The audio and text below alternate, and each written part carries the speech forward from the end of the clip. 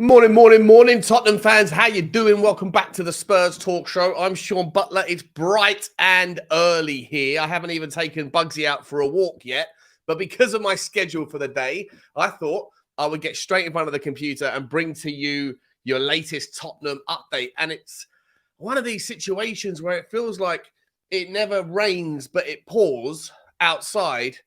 And it kind of feels the same with Tottenham news. It's been absolutely dry, desert-like in terms of updates over the last 3 weeks or so.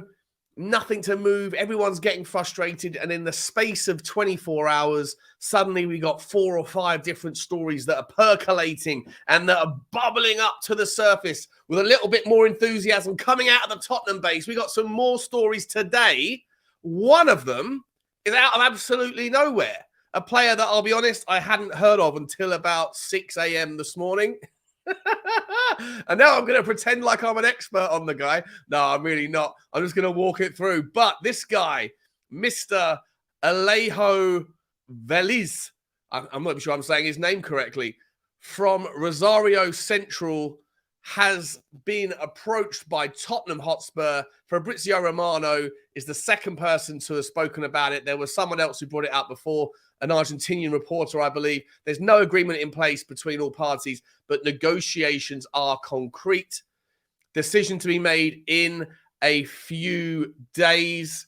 Let me just explain to you a little bit of detail about who this guy is, just in case you, like me, were unaware.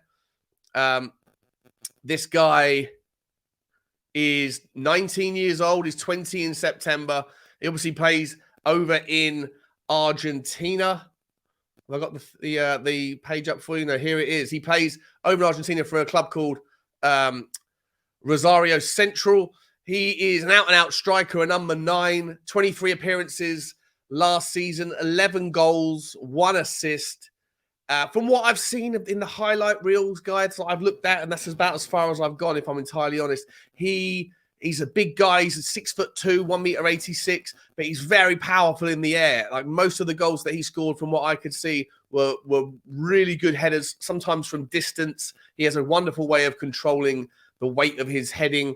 And when he celebrates, he really celebrates with some furious enjoyment and aggressive enjoyment. He looks like he's a real passion merchant, and that is something you love to see. Is he going to come in as a replacement for Harry Kane? Is he going to come in, if he does come in, and sit there behind the scenes and learn from him, or maybe learn from Richarlison in a world where Harry Kane leaves? I'm not entirely sure. What I can tell you is Nottingham Forest are also interested in the player. Supposedly he's worth 7 million according to Transfer Market, but according to the reports, 17 million is the fee that might or may be agreed. In terms of a little bit of feedback on the player, like I say, I'm very, very much unfamiliar with this guy, but he's got some pretty big names talking some pretty big things about him. Let me give you an example. This is something that Lionel Messi has said about Alejo Veliz. Again, I'm guessing I'm saying the name right. Vega, Perón, and especially Veliz, watching him play reminds me of what SUAREZ used to play like. I am very excited for the future of this country and hope I can be an influence to these people and talk to him. Big praise indeed from one of the biggest names in world football. It comes after, like I say, another day yesterday where all of a sudden the news started to heat up around Tottenham signing of Mickey van der Ven. That deal, some people are talking about it being 50 million euros. I'm not entirely sure if that is true, but that is what, and I forget the journalist, but there is someone on Twitter who's got about 350,000 followers from that part of the world, from Central Europe, that is saying that the deal is ended up being 50 million euros. I'm not sure if that's true or not. I think the closer price is about £30 million is what is being shared around the English press. That hasn't been tied up yet. It's not done and dusted, but it is something that we can hopefully look forward to over the coming days.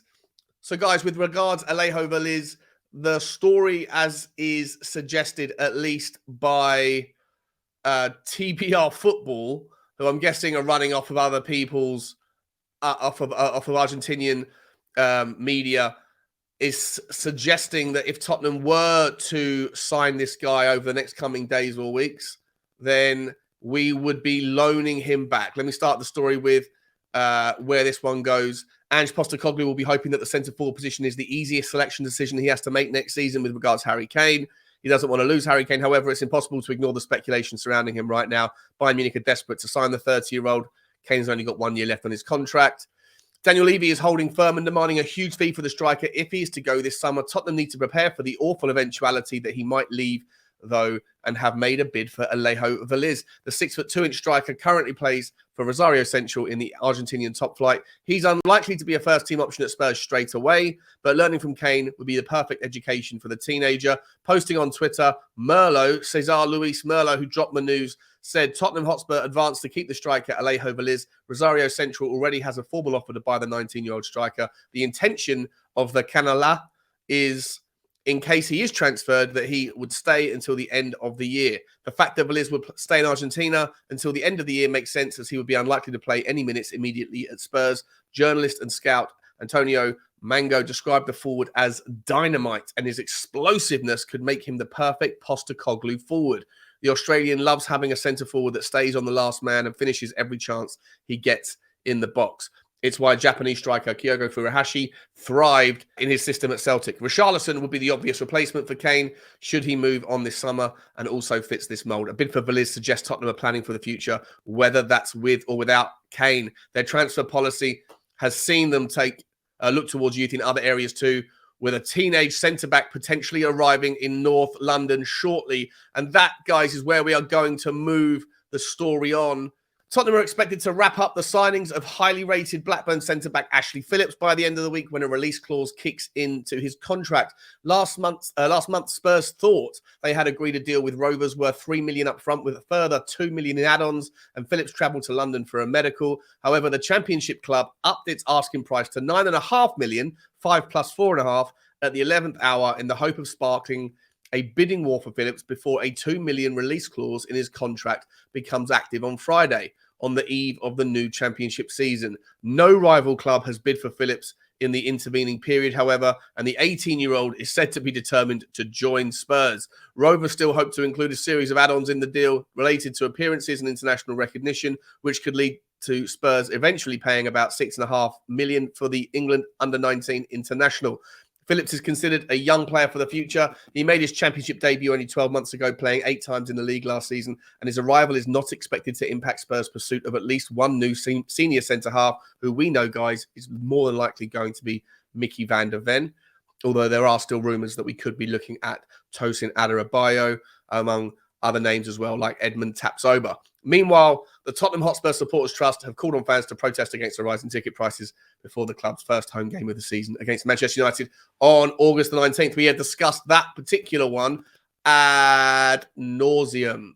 One more piece of news for you guys is the story that, we thought we had some good news. We thought we had some great news yesterday when we heard that potentially Clement Longley had agreed terms and was looking to move to the Saudi Arabian League with Al Nassr. That was the news that dropped last night. However, this morning, TBR Football again is coming out and saying Tottenham Hotspur are not yet out of the race to sign Clement Longley, despite Al Nassr closing in on an agreement with Barcelona for the defender. That is according to Spanish outlet Sport, which notes that the Saudi Pro League side are prepared to pay $12.9 million to sign the Frenchman this summer. Clement Longley is almost certainly not going to be playing for Barcelona next season. The Catalan Giants appear to be desperate to move the 28-year-old off of their books, and a return to Tottenham appeared to be possible. In fact, Sport claims that he could have previously signed for Spurs for a nominal fee, but that is no longer the case. According to Sport, Al Nassr have now entered the running for Longley's signature, and they are prepared to pay $15 million to bring him to the kingdom. However, Sport adds that Tottenham are not yet out of the race. Why not? Why are we not out of the race?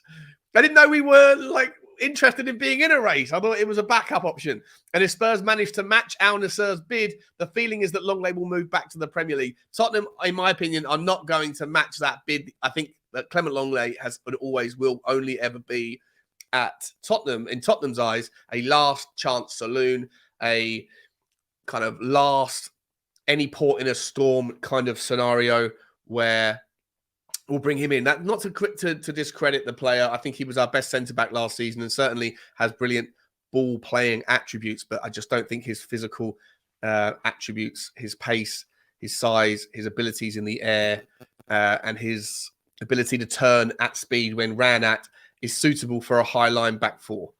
Wish the guy well if he does go to Saudi Arabia, but not for me. To be honest, I think it's a perfect move for all parties. Barcelona are desperate for money, and Tottenham were really not going to be offering anything like the money that Barcelona would have hoped to have got in a dream world scenario. And it looked like Barcelona were more than willing just to actually kind of write it down to almost nothing if they could get the salary off the books.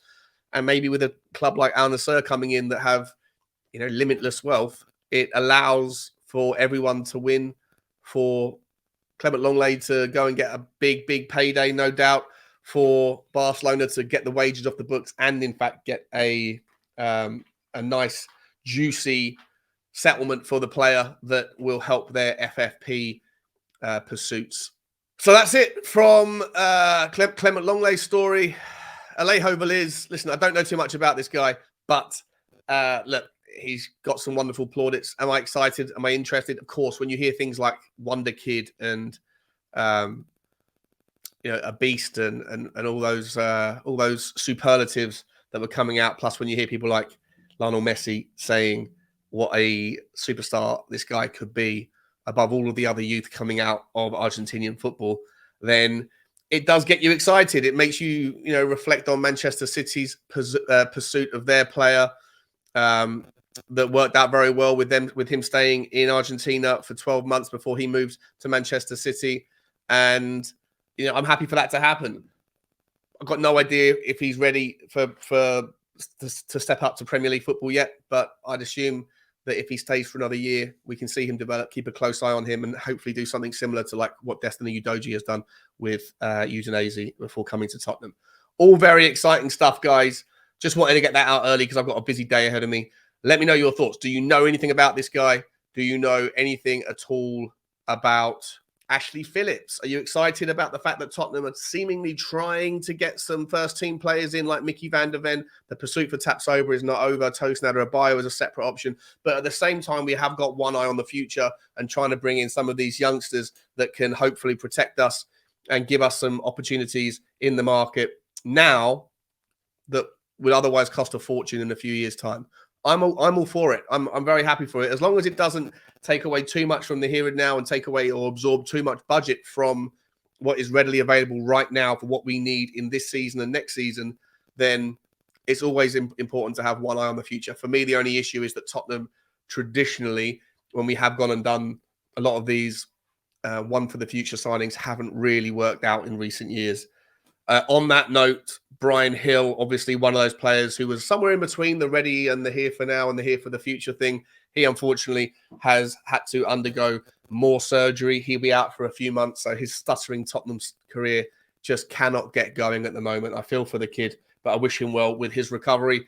I'll leave it there, guys. Like, subscribe, and comment. Let me know your thoughts. And as always, bye-bye.